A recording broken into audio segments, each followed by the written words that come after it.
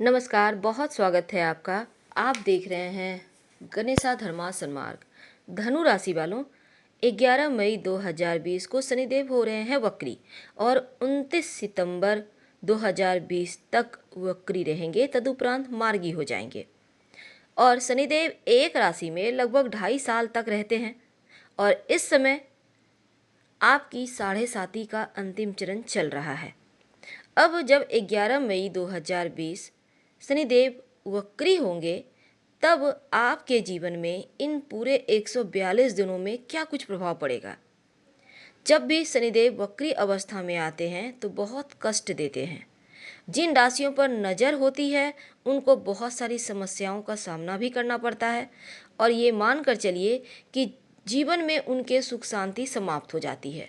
और धनु राशि वालों, आपके धन भाव पर शनिदेव वक्री हो रहे हैं। शनिदेव न्याय के देवता हैं और वक्री होते हैं तो अपना अशुभ प्रभाव सबसे पहले उन राशियों पर डालते हैं जिन पर साढ़े साती या ढैया चल रही होती है।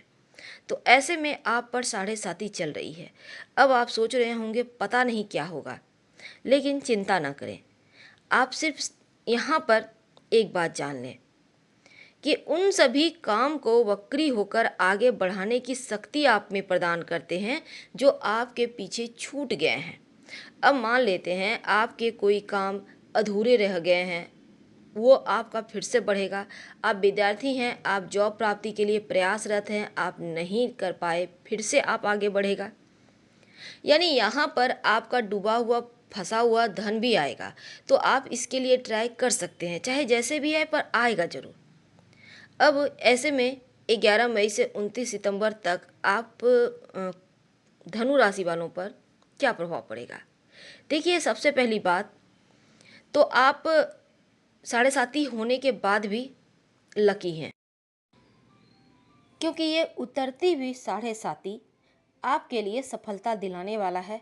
लेकिन वक्री शनि के कारण आपको मेहनत करना होगा। इन पूरे 142 दिनों तक आपको मेहनत से ही अपना मुकाम हासिल करना है। संघर्ष तो करना ही होगा और यहाँ पर धन के मामलों में भी आपको बहुत ज़्यादा मेहनत करना है, क्योंकि एकदम से आपके पास सब कुछ नहीं आने वाला। कर्म प्रधान हो जाइए, फिर चीज़ें आएंगी। हालांकि आपके पिता से आपको लाभ मिलता रहेगा, लेकिन इस समय धैर्य धारण करें, धीरे धीरे आगे बढ़ें। पुरानी चीज़ें तो वापस आएंगी, लेकिन जो विद्यार्थी हैं उनको ज़्यादा मेहनत, उसके बाद थोड़ी कम सफलता, यानी जितनी ज़्यादा मेहनत करेंगे उतना ही ज़्यादा सफलता के करीब आएंगे।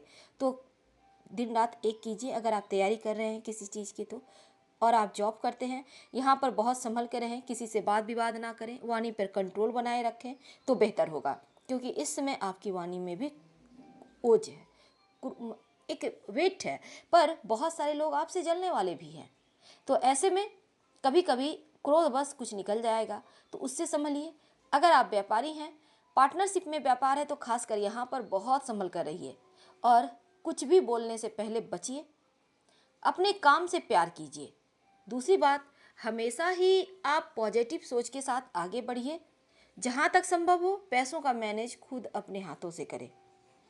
इस समय धैर्य की आवश्यकता है, तो अपने धैर्य को बरकरार रखें, धैर्य को टूटने ना दें, खोने ना दें, क्योंकि धैर्य खो जाएगा तो आप कहीं खो जाओगे। आपको भटकना नहीं है। और धनु राशि वालों, साढ़े साती का भले ही यह अंतिम चरण है, पर जीवन में बहुत सारी खुशियाँ लेकर ये आया है, क्योंकि जाती भी साढ़े साती कभी कभी एकदम से उतावलापन दे देती है। कभी कभी चीज़ें एकदम से आपके पक्ष में लगता है आ गया, और कभी कभी लगता है सब कुछ हाथों से निकल गया। तो उसके लिए पहले से आपको माइंड मेकअप करके रहना चाहिए।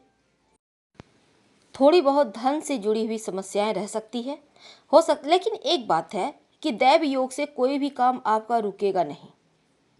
भले ही यहाँ पर कोई ज़्यादा फायदा ना मिले, पर अगर आप विदेश जाने की सोच रहे हैं तो ये समय आपके लिए ठीक नहीं है। इसलिए यहाँ पर वैसे भी लॉकडाउन का वक्त है। पिता से चूँकि यहाँ आशीर्वाद है, पिता का साथ है, माँ का आशीर्वाद है, तो आपको यहाँ पर चीज़ें बेहतर है। संभव हो तो शनिवार के दिन काले कपड़े, या फिर आप काले कपड़े का दान कर सकते हैं। संभव हो तो पीपल के नीचे सरसों के तेल का दिया जलाएं और रोज शाम में ओम संग शनिचराय नमः का जप करते रहें, ताकि जीवन में शुभ फलों की प्राप्ति होती रहे। तो हम आपसे विदा लेते हैं। पसंद आए तो लाइक कर सब्सक्राइब करें। हर हर महादेव। धन्यवाद। फिर मिलेंगे किसी नए टॉपिक के साथ।